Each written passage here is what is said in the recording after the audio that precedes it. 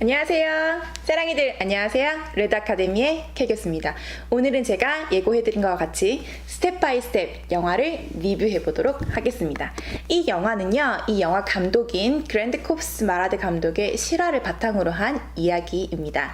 그리고 영화의 본 제목은 페이션트, 환자들이라는 영화 제목입니다. 하지만 한국의 감정 정서상 스텝 바이 스텝으로 변경된 것 같습니다. 이 영화는 불의의 사고로 척수 손상 장애인이 된 벤의 재활 라이프에 대한 이야기입니다. 저도 직업인지라 환자들이나 병원 생활에 대해서 나오는 이야기들은 거의 다 찾아보는데요. 이 영화는 제가 본 영화나 드라마 중에서 아주 디테일이 살아있는 영화인 것 같습니다. 처음에는 프랑스어라고 하는 물리치료사의 삶에 대해서 열심히 보려고 영화관을 찾아갔는데요. 장애인, SCI, 척수손상 장애인의 삶에 대해서 더 많은 것들을 알고 느끼게 된 영화인 것 같습니다. 영화는 불의의 사고를 당한 벤이 눈을 뜨면서 시작합니다. 이때만 하더라도 벤은 본인의 생각을 말하지도 못하고 여기가 어디인지 적응하기 바쁩니다.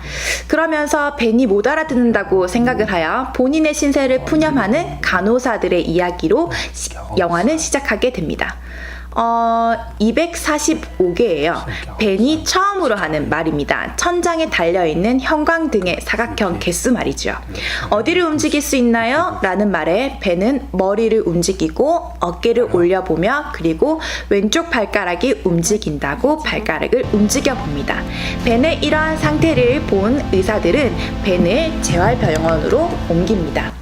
벤은 재활병원에 점차 적응하게 됩니다. 매일 아침 벤을 찾아와서 큰 소리로 아침을 깨워주는, 그리고 아침 식사를 준비해주는 장마리를 만나고요. 벤의 몸을 구석구석 닦아주는 장마리의 일, 하지만 한없이 굴욕감을 느끼지만 벤은 점차 병원 생활에 적응해 나갑니다. 친구들에게도 전화가 옵니다. 사람들이 화장실에도 데려다 주냐고 묻는 친구들에게 너희 아직 내 상황을 이해 못하네. 화장실에 가는 게 소원이야. 화장실에 가는 게 소원이라고 현실적인 이야기를 합니다. 아침 식사를 위해서 침대를 조금만 올려도 어지러움을 느끼며 거의 눕다시피 해서 물을 마시고 코코아를 마시기도 하죠. 베드사이드 치료로부터 물리치료를 시작합니다. 그러다가 벤은 드디어 전동 휠체어를 타게 되었습니다. 야호! 선생님, 전동 휠체어를 타니 내가 가고 싶은 곳 어디든지 갈 수 있는 것 같아요. 그렇게 좋으세요? 라고 전동 휠체어를 사용하고 이용하는 거에 대해서 물리치료사 프랑스와 함께 연습하게 됩니다. 병원 생활은 있지 가장 중요한 게 인내심이야. 여기는 평범한 생활이 계속 반복되거든 이라고 얘기해주는 친구들과 함께 벤은 병원에서 생활하면서 새로운 희망을 품게 됩니다. 가끔은 리모컨 버튼 하나 누르지 못해서 혹은 장애인답게 생각해 라고 하는 친구들의 말 때문에 좌절하기도 하지만 벤은 새로운 희망을 가지기로 마음 먹습니다. 열심히 재활을 합니다. 여러분들은 이 영화를 보면 물리치료실이 아주 사실적으로 묘사되어 있다는 것을 알 수 있습니다. 테노데시스를 이용해서 엄지손가락의 플렉션과 익스텐션, 움직임을 조절하기도 하고요. 틸트 테이블, 다시 말해서 경사대를 이용하여서 서는 연습도 하고 혈압 조절도 도움을 받습니다. 그리고 전화기를 들고 친구들에게 전화를 하고 병원 식구들과도 장난을 치며 새로운 삶에서 희망과 재미를 찾아갑니다. 하지만 이 영화에서는요, 주인공들의 이야기를 너무 희망적으로는 다루지 않습니다. 이런 점이 다른 영화들과 차이점이라고 저는 생각합니다. 주인공들이 느끼는 모든 감정들이 뒤섞여서 자연스럽게 녹아 나옵니다. 관심이 생겼던 여자에게 부담감을 느끼고 장애인이라는 현실을 인지하면서 본인들에게는 미래가 없다고 낙담도 하고요. 몸은 점점 좋아지지만 벤 정말 미안하지만 당신은 예전처럼 스포츠를 할 수는 없을 거예요 라는 이야기를 듣고 아주 낙담도 합니다. 하지만 이런 낙담을 듣고도 본인보다 더 안 좋은 상태들에 있는 친구들을 보면서 벤은 울 수도 없고 웃지도 못하고 이러지도 저러지도 못하는 현실적인 이야기들이 반복됩니다. 치료에 임프루브가 전혀 없었던 같은 환자들의 자살 시도와 요양원으로 옮긴 친구들의 사망 소식까지 들으면서 인생은 무엇인가 라는 것들을 벤은 느끼고 생각하게 됩니다.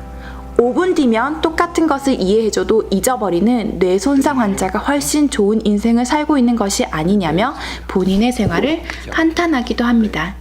하지만 그런 중에도 벤은 프랑스와 함께 재활치료를 열심히 합니다. 다친 후 처음으로 두 발로 선 날 아주 공감되는 대사가 두 개가 나옵니다. 제기랄, 그리고 선생님 생각보다 키가 작으시네요. 이런 이야기입니다. 제가 환자들에게 많이 들어봤던 이야기입니다. 제기랄이라고 하는 욕은 들어보진 못했지만요, 선생님 서는 것이나 걷는 것이 이렇게 힘든 일인 줄은 정말 몰랐어요 라고 말하는 환자들을 많이 만나보았습니다. 영화에서는 제기랄이라고 하는 세 글자로 나타나는 것 같아요.